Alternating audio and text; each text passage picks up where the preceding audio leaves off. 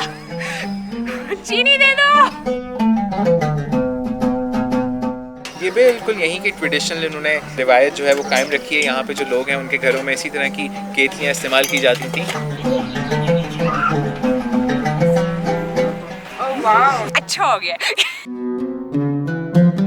अस्सलामुअलैकुम, मैं हूँ एमी और मैं हूँ तानी। और आज की वीडियो में हम सऊदी अरब की सबसे मैजिकल जगह विजिट करेंगे। तो जैसा कि पिछली वीडियो में हमने आपको वादी अल-अजब के खूबसूरत नज़ारे दिखाए थे और फिर वहाँ से हम लोग पहुँचे थे अबहा, जो कि सऊदी अरब का एक छोटा सा शहर है, बहुत खूबसूरत शहर है। और वहाँ पहुँच के हमें इस बात का एहसास हुआ था कि सऊदी अरब जो है वो सिर्फ रेगिस्तान और सहरा का नाम नहीं है। सऊदी अरब में भी वैसी, जैसे पाकिस्तान इंडिया में हिल टॉप स्टेशन बने हुए हैं, वैसी जगहें हैं देखने के लिए। जैसा कि हम मोलम जब्बा, भूरबन या गोवा जाते हैं, बिल्कुल वैसी फील हमें अबहा पहुंच के आई थी। और आज की वीडियो का प्लान ये है कि हम सबसे पहले अबहा से रुख करेंगे एक जगह का जिसका नाम है रिजाल अलमा, जो कि तकरीबन 1-1.5 घंटे दूर है अबहा से। और शुरुआत जो करेंगे वो करेंगे हम एक हनी बी रिफाइनरी से, जहाँ पे निहायत खूबसूरत कैफे बना है। लोकल्स ने कहा है कि ये एक यूनिक कैफे है जहाँ से बहुत अमेजिंग व्यू आता है माउंटेन्स का।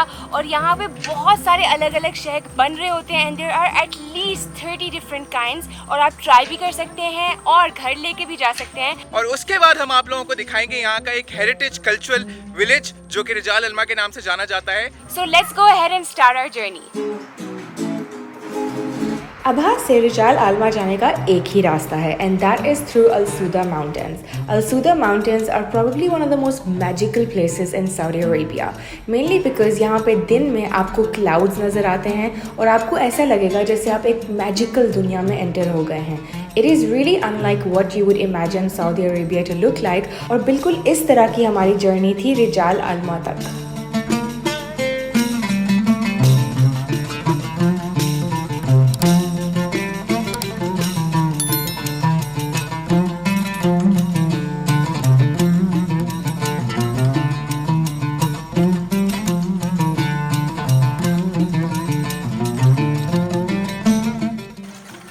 आज का हमारा सबसे पहला जो स्टॉप है हनी बी रिफाइनरी, हम लोग वहाँ पे पहुँच चुके हैं. मेरे पीछे आप लोग विंड मिल देख रहे हैं. तो ये हनी बी रिफाइनरी जो है ये मेन हाईवे के ऊपर ही वाक़ है, लेकिन अबहा से मेन हाईवे लेके आप लोग रिजाल अलमा पहुँचते हैं. वहाँ पे एकदम से हाईवे के ऊपर शार्प लेफ्ट टर्न आता है जो आपको लेना पड़ता है और फिर एक कच्ची सड़क पे गाड़ी चला के आप पहुँचते हो. फिर आपको पता नहीं होता कि यहाँ आगे जाएंगे तो एक खूबसूरत सा कैफे आएगा या नहीं आएगा. तो आप तुक्का मारते हो, लोकल्स को हो सकता है पता हो, लेकिन हमने तुक्का मारा और तुक्का सही निकला. हम लोग पहुँच गए इस कैफे. अच्छा, इस कैफे की लोकेशन जो है वो गूगल मैप्स के ऊपर मौजूद है, लेकिन मसला ये है कि गूगल मैप्स जो है वो आपको ऊपर पहाड़ का बताता है और आपको ये नहीं बताता कि कौन सी सड़क लेनी है, किस जगह जाना है. हमसे ज़्यादा एक्साइटमेंट जो है वो मेरे ख्याल से नायक हुआ है, क्योंकि ज़ाहिर है यहाँ पे मुख्तलिफ इकसाम के शहद मिल रहे हैं और बन भी रहे हैं. तो बातें कम करते हैं, ऊपर चलते हैं, आप लोगों को भी लेके चलते हैं और देखते हैं कि अंदर कैसा अरेंजमेंट है.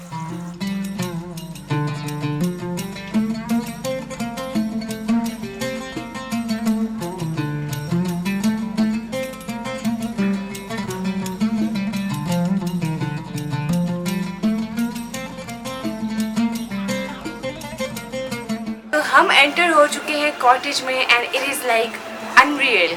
इट इज़ सो कोजी और हर चीज़ वुडन है और कारपेटेड है और इवन जैसे लाइक छोटी छोटी डिटेल्स, डेकोर्स और हर चीज़ बहुत प्यारा लग रहा है और बहुत ठंडा है. और इनफैक्ट बहुत क्रेजी बात बताऊँ, यहाँ से मुझे बीज नज़र आ रही हैं. So we can see the windmill that was outside but there is bees just outside the window which is crazy. तो यहाँ पे कैफ़े बनाया हुआ है और आप ड्रिंक्स लेते हैं, you can sit here and enjoy it. और छोटे छोटे इन्होंने अलग अलग बैठने के भी एरियाज बनाए हुए हैं. So this is just one of them. यहाँ की सबसे फिट चीज़ मुझे जो लगी है वो ये है कि इन्होंने एक तरह से रिप्रेजेंट करने की कोशिश की है अपनी सकाफत को, अपने कल्चर को, अपने हेरिटेज को. क्योंकि रिजाल अलमा के जो लोग थे, जो यहाँ के मकीन थे, जो यहाँ रहा करते थे, उनके लिबास, उनके मलबूसात, वो क्या चीज़ें यूज़ करते थे घर में, किस तरह के बर्तनों में खाना खाया करते थे, क्या पहनते थे, सारी चीज़ें जो है उन्होंने यहाँ पे एक तरह से उसकी अक्कासी करने की कोशिश की है कैफ़े में. इसलिए इस कैफ़े की मेरे ख्याल से रेटिंग भी बहुत अच्छी है, हाईली रेटेड भी है. दूर दूर से लोग और सयाह जो है वो विजिट करने भी आते हैं और इसीलिए आज हम लोग भी यहाँ पे मौजूद हैं, क्योंकि इस कैफ़े की बदौलत जो है हमें यहाँ के लोगों का एक तरह से रहन सहन और किस तरह से वो लोग यहाँ पे हर चीज़ किया करते थे वो देखने का मौका मिला है. और ये पीछे मेरे जो है वो एक तरह का बंक बेड भी है. तो ये जदीद या मॉडर्न बंक बेड नहीं है, लेकिन यहाँ पे वो मेरे ख्याल से इस तरह की चादरें और दरियाँ बिछा के इसके ऊपर सोया करते थे. और ये सारा जो है हाथ से बना हुआ है, आप देख सकते हैं दरियाँ जो है पूरी हाथ से बनी हुई है. तो बहुत ही निहायत महारत से उन्होंने ये पूरा काम किया है और ये चीज़ें बनाई हैं. तो दाद देनी पड़ेगी भाई, बहुत खूबसूरत है ये.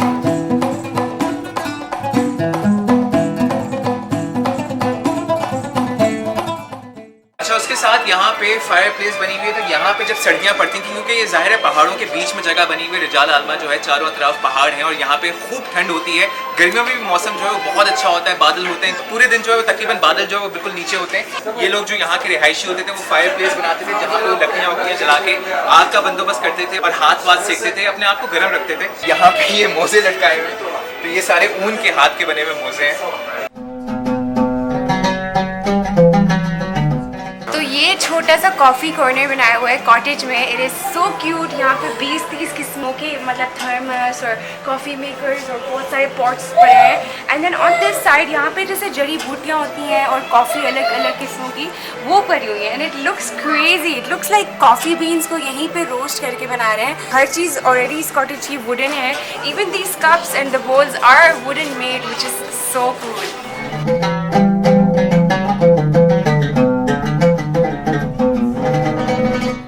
यहाँ पे दीवार के ऊपर जो है वो ड्रेस लटकाया हुआ है, तो ये ड्रेस जो है जब जाते हैं शहद निकालने के लिए तो ज़ाहिर है ये इस तरह का जो है ड्रेस पहनते हैं।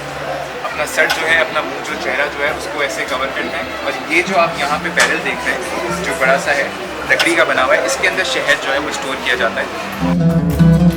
ये बिल्कुल सामने तकरीबन 30-40 किस्मों के शहद हैं and you can actually go ahead and try as many as you like. कोई लिमिट नहीं है, ट्राई करें और जो भी पसंद आए आप खरीदें। द कूलेस्ट पार्ट इज के बैरल्स का एक हिस्सा हमारी तरफ है, it's literally just glass and we can actually see the honey bees making the honey. तो ब्लैक सीड में बहुत ज़्यादा हेल्थ प्रॉपर्टीज होती हैं, तो मैं ये वाला ट्राई करूँगी। ओह वाओ, यस, तानी को भी ट्राई करवाते हैं।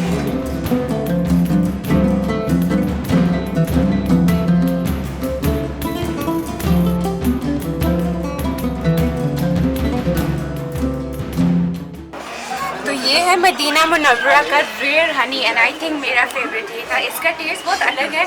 इट्स वियर्ड कि हर हनी का अलग टेस्ट है and it is so smooth and so delicious. यहाँ पे पॉलन भी भरा हुआ है, but I think this was my favourite. हम दोनों ने इतना शहद कभी ज़िंदगी में नहीं ट्राई किया होगा जितना हमने अभी 5 मिनट में कर लिया है। So we actually bought thorn trees honey और एक अकेशिया अरबिक हनी होता है। तो इन दोनों की प्रॉपर्टीज़ बहुत अच्छी थी, हेल्थ बेनिफिट्स बहुत ज़्यादा थे। तो मैंने और तानी ने एक ले लिया जार ½ किलो का। And now we are going to the next stop which is Rijal Alma village.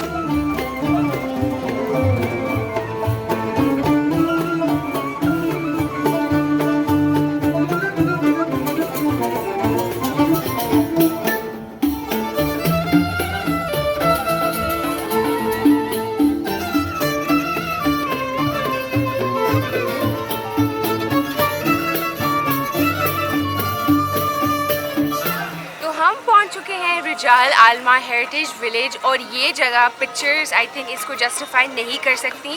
First of all it is absolutely massive, at least 8 stories हैं इस जगह की। The way that it is actually made, ये पुराने ज़माने से अभी तक इन्होंने चेंज नहीं किया।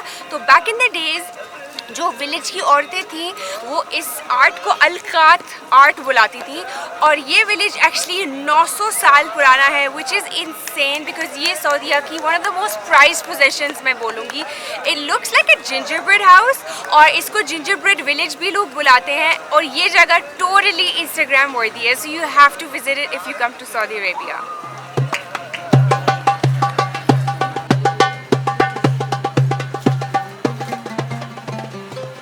अब आओ, मैं पोस्ट करेगा सिस्टम। ठीक है।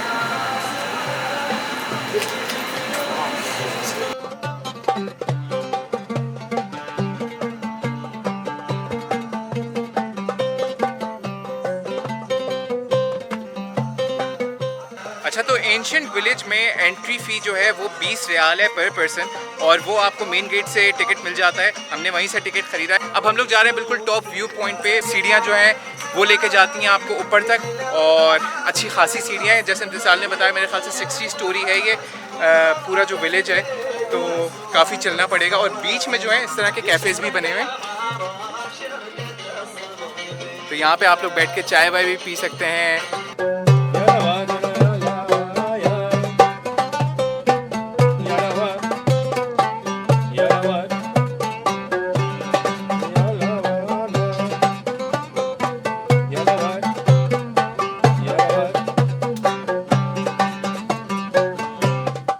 अच्छा, तो चंद साल पहले तक इस गांव में, इस देहात में लोग रहा करते थे, आबादी होती थी, लेकिन अब जाहिर है ये मेरे ख्याल से एक तरह की एक हेरिटेज साइट बन गई है। लोग यहाँ पे दूर दूर से आते हैं देखने के लिए कि किस तरह से वो लोग जो है उस दौर में यहाँ पे रहा करते थे। अभी भी मेरे ऊपर जो है, यहाँ से मैं सीढ़ियाँ चढ़ के जब ऊपर गया हूँ तो मैं आप लोगों को दिखाता हूँ।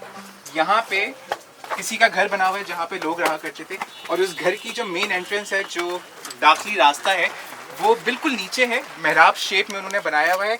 और मेरे ख्याल से इसका जो मेन पर्पस है, जो मेन मकसद है इसको थोड़ा सा नीचे बनाने का, वो ये है कि जब यहाँ पे सर्दियों में तेज़ हवाएं चलती होंगी तो नीचे जब जितना आप बनाएंगे तो हवा जो है वो कम से कम घर के अंदर दाखिल होगी। तो ये एक मुझे लॉजिक समझ आती है इसको बिल्कुल नीचे बनाने की।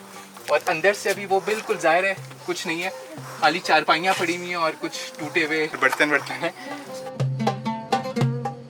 तो जाहिर है 900 साल पहले उस दौर में जदीद कंस्ट्रक्शन की चीज़ें दस्तियाब नहीं होती थी, ना उनके पास कंस्ट्रक्शन की गाड़ियाँ होती थी, ना उनके पास सीमेंट और इस तरह की चीज़ें जो आजकल हम लोग मार्बल इस्तेमाल करते हैं वो होता था।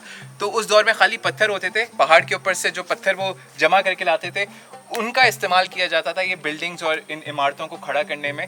तो यहाँ पे उन्होंने एक के ऊपर एक करके पत्थर जो है वो रखा हुआ है, और बीच में जो थोड़े से सुराख या जो ऐसी एम्प्टी जगहें रह जाती हैं, खाली जगहें जो रह जाती थी, वहाँ पे वो लकड़ी का इस्तेमाल करते थे उसको भरने के लिए। और बिल्कुल इसी तरह की चीज़ हमने कुछ मिलती जुलती हुंजा और गिलगित और इस तरह की जगहों पे भी देखी है, लेकिन बहुत महारत से उन्होंने ये पूरा आर्किटेक्चर खड़ा किया था कि आप अंदाज़ा लगा सकते हैं 900 साल पहले ये इमारतें बनाई थी और आज तक ये बिल्कुल मतलब उम्दा हालत में और उम्दा कंडीशन में मौजूद है यहाँ पर।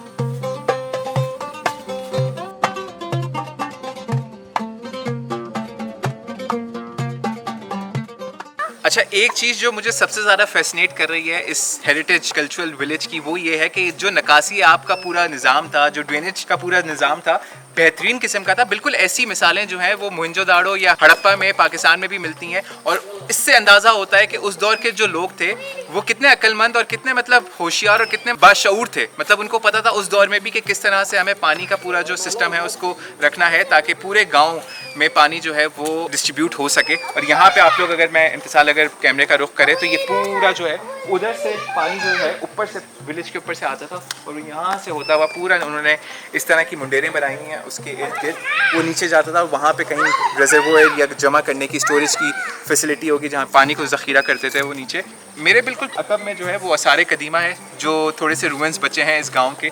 उस तरफ जब मेन एंट्रेंस से हम लोग दाखिल हुए थे वहाँ पे फिर भी जो इमारतें और बिल्डिंग्स थी वो बिल्कुल सही हालत में नज़र आई, लेकिन ये थोड़ी ऐसी बिल्डिंग्स हैं, ज़ाहिर है बहुत अरसा हो गया, 900 साल हो गए, तो इरोजन और इस सारी चीज़ों की वजह से, बारिशों की वजह से, हवा की वजह से ये काफ़ी खस्ता हालत में नज़र आ रही है।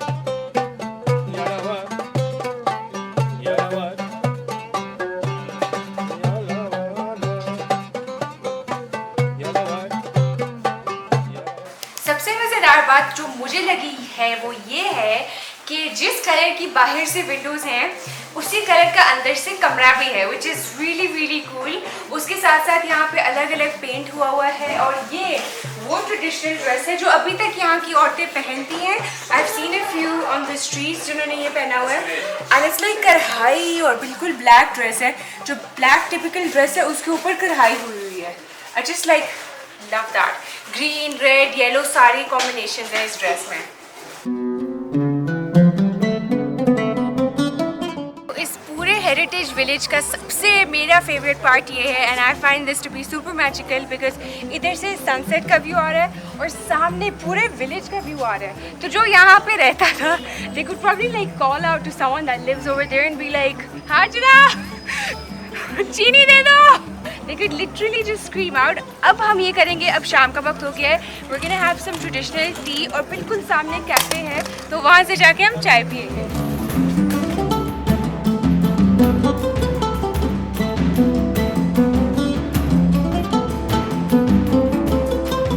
अच्छा, तो विलेज को अच्छी तरह से एक्सप्लोर करने के बाद हम लोग पहुंच चुके हैं। ये विलेज में ही एक कैफ़े बना हुआ है, ट्रेडिशनल कैफ़े है। यहाँ पे हमने जो है वो चाय ली है, सऊदी चाय, कहवा जिसको कहते हैं, और उसके साथ हमने यहाँ पे ये केक का स्लाइस है, मुझे नहीं पता ये कैरेमल है या चॉकलेट है, लेकिन नीचे जो है वो बिल्कुल जैसे कुनाफे की बेस होती है, बिल्कुल वैसी बेस है। सबसे पहले मैं चाय लूँगा, और ये चाय जिसमें आई है ना, जिस केतली में उन्होंने चाय सर्व की है, ये बिल्कुल यहीं की ट्रेडिशनल इन्होंने रिवायत जो है वो कायम रखी है। यहाँ पे जो लोग हैं उनके घरों में इसी तरह की केतलियाँ इस्तेमाल की जाती थी जब कोई मेहमान या कोई जानने वाले आते थे तो चाय निकालते हैं। और ये प्यालियाँ देखें कितनी छोटी सी और कितनी खूबसूरत सी हैं।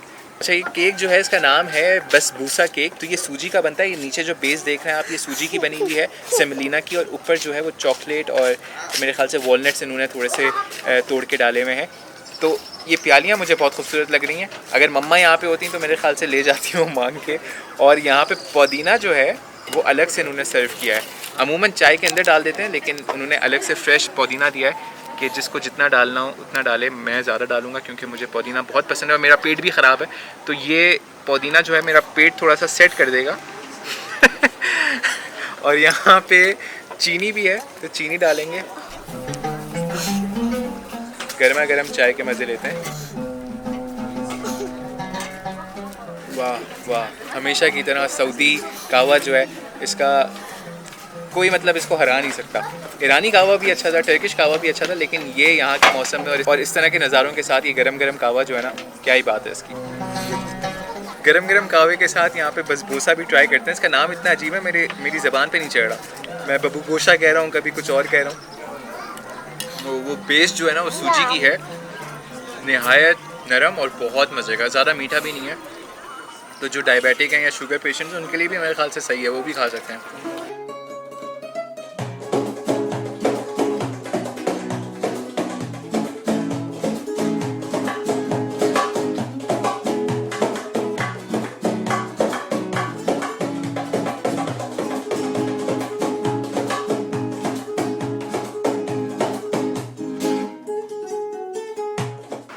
अबहा से आज सुबह हम लोग निकले थे और प्लान हमारा ये था कि हम लोग रिजाल आलमा करते हुए जो है आगे की तरफ जाएंगे और बढ़ेंगे।